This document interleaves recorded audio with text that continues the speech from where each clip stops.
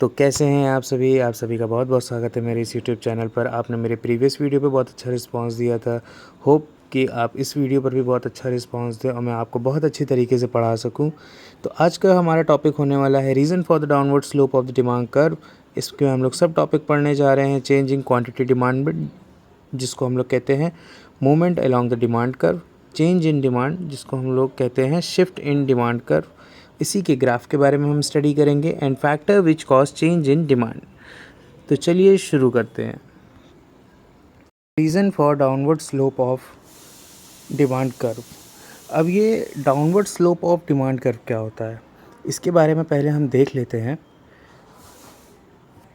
जब हम ग्राफ बनाते हैं तो ये कुछ ऐसा दिखता है, आप सभी जानते हैं। इसमें हम एक डिमांड की जब कर्व बनाते हैं तो वो ऐसा कुछ जाता है। अब ये कर्व जब ऐसे जाएगा तो ये नीचे के साइड, हम ऊपर से नीचे के साइड के लिए बनाते हैं, तो ये ऐसा डाउनवर्ड ही क्यों जा रहा है, इसका क्या रीज़न है, ये हम देखेंगे इस वीडियो में और समझेंगे अच्छे से। तो चलिए इसको समझा जाए। Law of diminishing marginal utility. अब यहाँ पे लॉ ऑफ DMU फॉलो होता है। यहाँ पे ये क्या बताएंगे, यहाँ पे ये बताया जाता है as more unit of commodity are consume. जैसे जैसे हम ज़्यादा कमोडिटी कंज्यूम करते हैं, द एडिशनल सेटिस्फैक्शन, जो हमें एडिशनल सेटिस्फैक्शन डिराइव हो रहा है फ्रॉम ईच एक्स्ट्रा यूनिट, वो डिक्रीज़ हो जाता है। मतलब कि जब हम पहली रोटी खाते हैं, मान लीजिए हमें भूख लगी है, हम पहली रोटी खाएंगे, हमको बहुत एक्सट्रीम लेवल पे सेटिस्फैक्शन मिलेगा। और जब हम उसी में आखिरी रोटी खाते हैं तो देखिए हमारा सेटिस्फैक्शन लेवल बहुत कम हो जाता है। तो वही सेम केस यहाँ पे फॉलो होता है। उसी को हम लोग law of diminishing marginal utility कहते हैं। कंज्यूमर आर विलिंग टू पे less for additional unit. Consumer चाहता है कि हम एडिशनल यूनिट के लिए कम पैसा दें, क्योंकि हमारा सेटिस्फैक्शन लेवल भी अब क्या हो जाएगा, धीरे धीरे कम होता चला जाएगा। So demand rises only eight low price. अब जैसे लो प्राइस होगा तो डिमांड हमारी क्या होगी, एक्सट्रीम लेवल पे बढ़ती चली जाएगी। इसीलिए वो हमारा राइटवर्ड शिफ्ट होता चला जाता है। सेकंड आता है income effect. When the price of commodity fall, the purchasing power, जिसको हम लोग रियल इनकम कहते हैं कंज्यूमर की, वो इंक्रीज़ हो जाती है। रियल इनकम हमारी वो इनकम नहीं होती जो हम कमाते हैं। रियल इनकम वो होती है कि हम किसी भी सामान को ख़रीदने के लिए कितना पैसा इन्वेस्ट कर सकते हैं, उसमें कितनी ज़्यादा क्वांटिटी हम खरीद सकते हैं। It allows consumer to buy more with the same money. देखिए वही चीज़ बताई जा रही है कि हम उतने ही पैसे में हम ज़्यादा सामान खरीद सकते हैं अगर प्राइस किसी चीज़ की कम हो जाए। अगर किसी चॉकलेट की प्राइस 10 रुपीज़ है तो हम एक ही चॉकलेट खरीद पाएंगे। अगर उसी चीज़ की प्राइस मान लीजिए चॉकलेट की 5 रुपीज़ हो जाती है तो उतने में हम 2 चॉकलेट खरीद सकते हैं। तो इसका मतलब हमारी रियल इनकम क्या हो जाएगी, ऑटोमेटिकली बढ़ जाएगी, क्योंकि उसी चीज़ का हम 2 क्वांटिटी या 2 यूनिट हम खरीद सकते हैं। Hope you all guys understand this.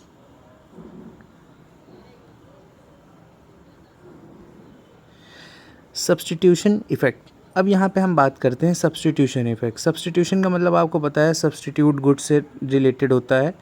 अब देखिए यहाँ क्या है, when the price of the commodity falls, जब प्राइस ऑफ द कमोडिटी हमारी फॉल होती है, it becomes cheaper compare to its substitute. वो चीप हो जाता है हमारे अदर सब्स्टिट्यूट गुड्स से। मान लीजिए टी एंड कॉफ़ी है, दोनों हॉट ड्रिंक में आती है, हम उसको पीते हैं। अगर हम टी पी रहे हैं और टी की प्राइसेस कम हो जाएंगी अचानक से, तो उसका जो कंजम्पशन होगा वो क्या होगा, उसकी डिमांड जो होगी वो बढ़ती चली जाएगी, क्योंकि उसका जो सब्स्टिट्यूट है कॉफ़ी वो काफ़ी महंगी होती है। अब उसी में आगे देखते हैं, consumer trends to substitute the cheaper good for costlier alternatives, increase demand for the cheap good. अब यहाँ पे देखिए वही सेम चीज़ है कि यहाँ पे सब्स्टिट्यूट गुड्स पे हम शिफ्ट ना होकर हम अपने रियल गुड्स पे रहेंगे, और अल्टरनेटिव गुड्स जो हमारे पास है वो कॉस्टलियर है, उसको हम लोग यूज़ नहीं करेंगे, उसकी डिमांड वैसे की वैसे ही रहेगी। और जो हमारी चीप गुड होगा उसका डिमांड जो है वो बहुत बढ़ जाएगा। New consumers entry of buyer at low price, some consumer who could not afford the commodity earlier can now buy it। अब देखिए अगर प्राइस किसी चीज़ की कम हो जाएगी तो जो कंज्यूमर उस प्रोडक्ट को नहीं ख़रीद पा रहे थे, अब वो भी उस प्रोडक्ट को बहुत इजीली बाय कर सकेंगे। तो यहाँ वही चीज़ बताई जा रही है। अब मान लीजिए जैसे फ़रारी बहुत महंगी है, लेकिन अगर फ़रारी के प्राइजेस 40% 50% कम हो जाते हैं तो हम लोग जो फ़रारी नहीं ख़रीद पा रहे हैं वो भी लोग ख़रीदने लगेंगे। This increase the number of buyers and overall demand. अब ये हमारे नंबर ऑफ़ बायर्स को बढ़ा देगा और डिमांड को भी हमारी इंक्रीज़ कर देगा। Multiple use of commodity. Some goods can be use for multiple purpose. कुछ गुड्स ऐसे होते हैं जो कि मल्टीपल पर्पज़ के लिए यूज़ होते हैं, जैसे इलेक्ट्रिसिटी हो गया, कई जगहों पे यूज़ होती है, कॉमर्शियल पर्पज़ पे भी यूज़ होती है, हाउसेज़ में भी यूज़ होती है। मिल्क का भी कई सारे यूजेस होते हैं, कोल के भी बहुत सारे यूज़ हैं, स्टील है, ये सब का बहुत ज़्यादा यूज़ होता है, अलग अलग जगहों पर यूज़ होता है। Eight low price people use them for more purpose raising demand. अब जब कोई गुड्स बहुत ज़्यादा जगहों पे यूज़ होगा तो उसकी डिमांड ऑब्वियस सी बात है वो बहुत ज़्यादा बढ़ जाएगी। अब जैसे मिल्क है, जैसे भी फेस्टिवल आता है उसको हम लोग एज ए खोवा यूज़ करते हैं, एज ए पनीर यूज़ करते हैं, as a raw milk use करते हैं, तो इससे उसकी क्या होती है, डिमांड बहुत ज़्यादा बढ़ जाती है। Exception of future price, sorry expectation of future price. अगर हमारी एक्सपेक्टेशन है तो उसके बेसिस पे भी हमारा यहाँ पे क्या होता है, डिमांड बढ़ जाती है, जो कि हमारा राइटवर्ड शिफ्ट लेने लगता है और राइटवर्ड साइड में खिसकने लगता है, इसीलिए वो डाउनवर्ड स्लोप बनता है। देख लेते हैं कैसे। If people expect price to fall further they may delay purchase. अगर लोगों को पता चल जाए कि फर्दर में उसके प्राइजेस कम हो जाएंगे तो लोग परचेज़ को क्या कर देंगे, डिले कर देंगे, वो नहीं खरीदेंगे। But generally when the price fall, और जैसे ही प्राइस फॉल हो जाएगी, बायर एक्सपेक्ट इट में राइज अगेन, और ये बढ़ सकती है। बायर्स को लगेगा भाई प्राइस अगर किसी चीज़ की कम है तो बायर्स को लगेगा उसकी प्राइस हो सकता है बढ़ जाए फ्यूचर में। सो वो क्या करेंगे, ज़्यादा से ज़्यादा परचेज़ करने लगेंगे और डिमांड हमारा क्या होगा, पुश हो जाएगा अपवर्ड साइड में। तो यहाँ पे यही है कि पुशिंग डिमांड अपवर्ड्स। अब कैसे, मतलब वो डिमांड हमारा ऐसे नॉर्मल कर्व में देखा जाए तो डिमांड हमारा ऊपर की साइड भागता है, लेकिन अगर हम इसमें देखें तो जैसे जैसे हमारा हमको लगेगा कि फ्यूचर में प्राइस कम होने वाली है, हमारा डिमांड क्या होगा, आगे की तरफ भागने लगेगा, आगे की तरफ बढ़ता चला जाएगा टूवर्ड्स द राइट साइड। ठीक है, चलिए इसके बाद हमारा टॉपिक आता है change in quantity demanded, movement along the demand curve. When the amount demanded of a commodity change, जब कोई भी क्वांटिटी हम खरीद रहे हैं उसका अमाउंट चेंज हो जाता है as a result of change in its own price, उसकी खुद की प्राइस चेंज होती है। देखिए ये चीज़ बात बहुत ध्यान दीजिएगा, मूवमेंट वाला जो केस होता है डिमांड कर्व में, या quantity change in quantity demanded का केस होता है, इसमें हमारी खुद की प्राइस, प्रोडक्ट की खुद की प्राइस जो होती है वो चेंज होती है। अदर जो डिटर्मिनेंट्स हैं या फैक्टर्स हैं वो कांस्टेंट रहते हैं, वो चेंज नहीं होते। और तब अगर हमारी डिमांड इंक्रीज़ हो रही है या डिक्रीज़ हो रही है तो उसको हम लोग वहाँ पे देखा जाता है, जिसको हम लोग बेसिकली यहाँ पे क्या कहते हैं, expansion of demand and contraction of demand, ये यहाँ पे आता है। तो अगर मान लेते हैं कि प्राइस के वजह से अगर हमारी डिमांड कम या ज़्यादा हो रही है तो उसको हम लोग क्या कहते हैं, एक्सपेंशन इन डिमांड जब ज़्यादा होगी, और कॉन्ट्रैक्शन इन डिमांड जब वो कम होगी। तो पहले हम लोग एक्सपेंशन ऑफ डिमांड देख लेते हैं। When the quantity demanded of a commodity rise due to fall in its price, उसकी खुद की प्राइस के कम होने की वजह से अगर उसकी डिमांड बढ़ रही है और अदर जो फैक्टर्स हैं वो रिमेन सेम हैं, तो उसको हम लोग फिर क्या कहते हैं, राइजिंग क्वांटिटी डिमांडेड और एक्सपेंशन ऑफ डिमांड। और कॉन्ट्रैक्शन ऑफ डिमांड क्या होता है, कॉन्ट्रैक्शन ऑफ डिमांड ये फॉल इन क्वांटिटी डिमांडेड में क्या होता है, यहाँ पे हमारी क्वांटिटी डिक्रीज़ हो जाती है क्योंकि उसकी प्राइजेस, प्रोडक्ट की खुद की प्राइजेस क्या होती हैं, बढ़ जाती हैं, और अदर फैक्टर्स हमारे क्या होते हैं, कांस्टेंट होते हैं। इसके बाद हमारा यहाँ पे ग्राफ आ जाएगा। तो हमारा ये सबसे पहला ये वाला ग्राफ दिया हुआ है, हम इस ग्राफ के बारे में देखते हैं। यहाँ पे देखिए क्या हो रहा है, प्राइस हमारी सेम थी, हम A1 पे थे और हम क्वांटिटी Q1 खरीद रहे थे, लेकिन जैसे ही हमारी प्राइस देखिए बढ़ जाती है, P3 हो जाती है। अब हमारी डिमांड क्या हो गई, A3 पॉइंट बन गया और हम कितना खरीद रहे हैं, Q3 खरीद रहे हैं। अब देखिए यहाँ से हम यहाँ की तरफ शिफ्ट हो गए, इसका मतलब हमारी डिमांड क्या हो गई, कम हो गई, क्योंकि हमारा यहाँ प्राइस यहाँ से यहाँ की तरफ बढ़ गया।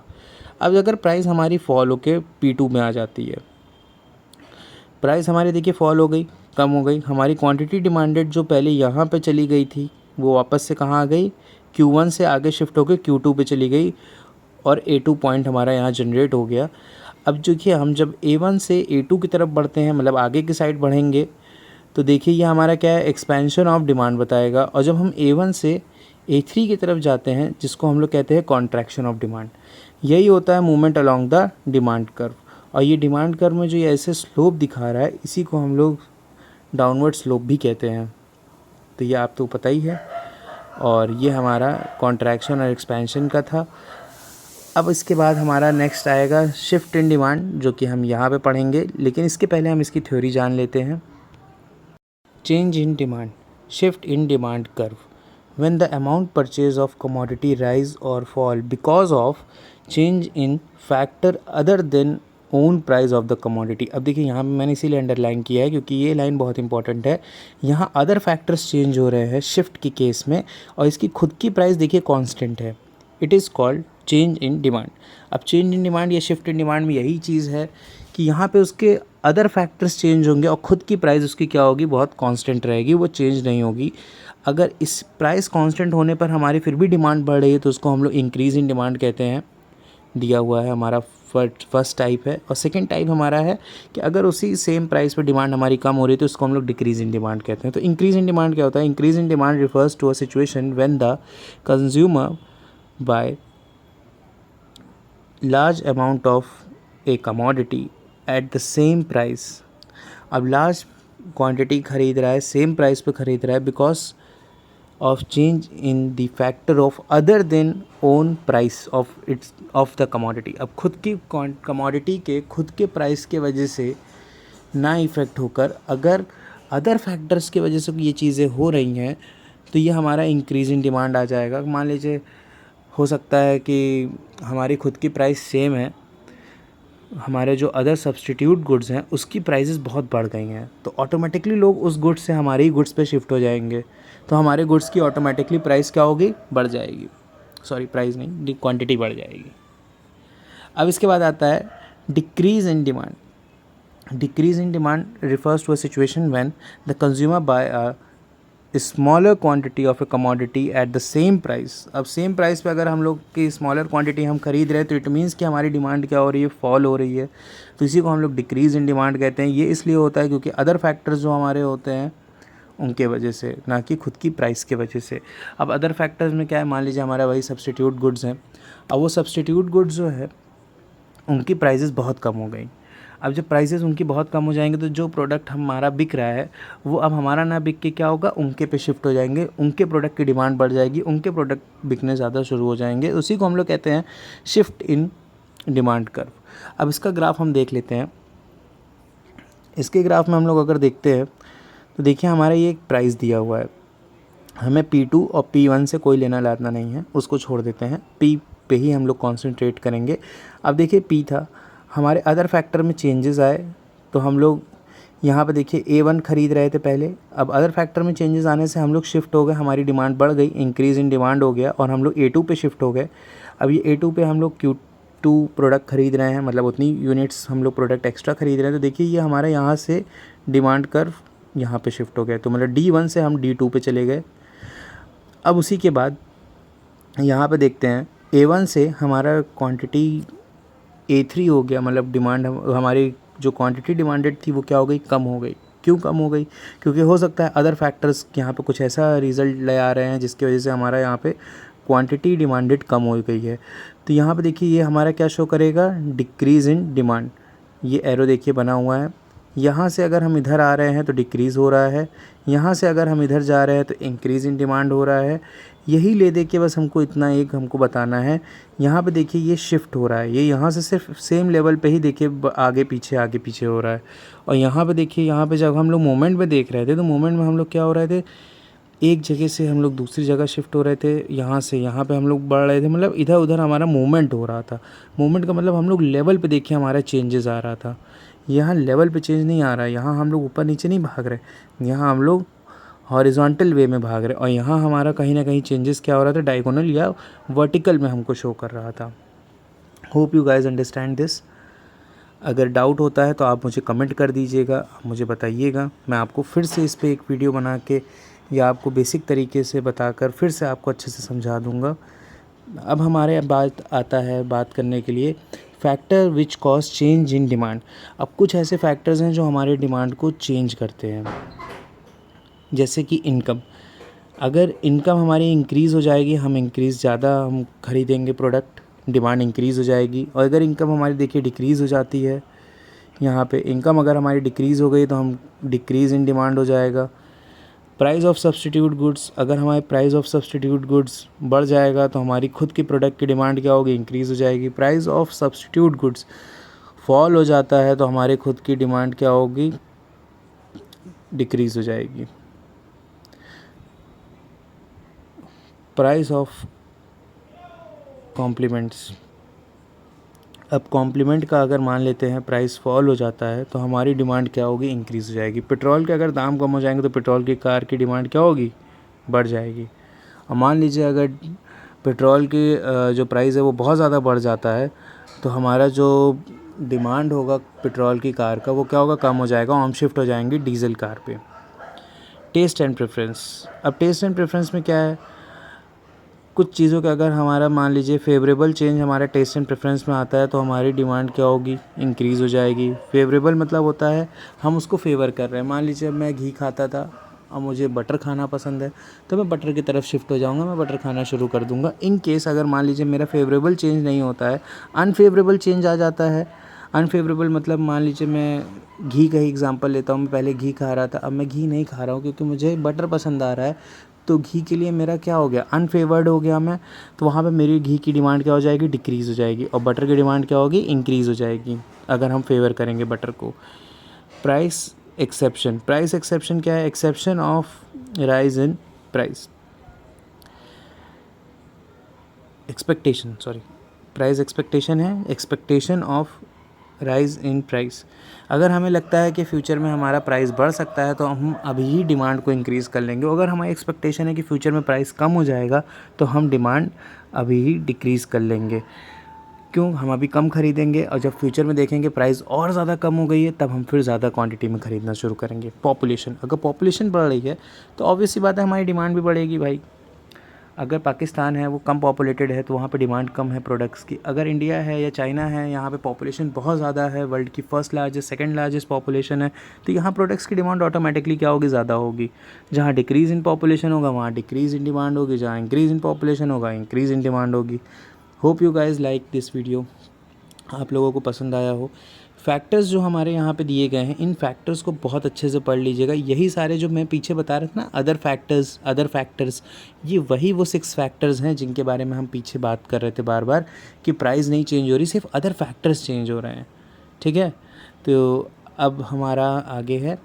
Thank you for watching, do like, comment and share with your friends. इस वीडियो को ज़्यादा से ज़्यादा आप लोग शेयर करिए, सभी दोस्तों के पास पहुँचाइए एग्ज़ाम्स के पहले। आप लोगों के लिए वीडियो बहुत हेल्पफुल होने वाली है एग्ज़ाम्स में। एग्ज़ाम में कोशिश करिएगा कि आप लोग इन सभी के पॉइंट ज़रूर लिखिएगा। जितने भी ये पॉइंट्स दिए गए हैं इन पॉइंट्स का अच्छे से यूज़ करिएगा। साथ ही साथ यहाँ पे जो हमें ग्राफ दिया गया है, इस ग्राफ का बहुत अच्छे से यूज़ करिएगा। ये ग्राफ अगर आप यूज़ करते हो तो आपको बहुत हेल्पफुल होगा।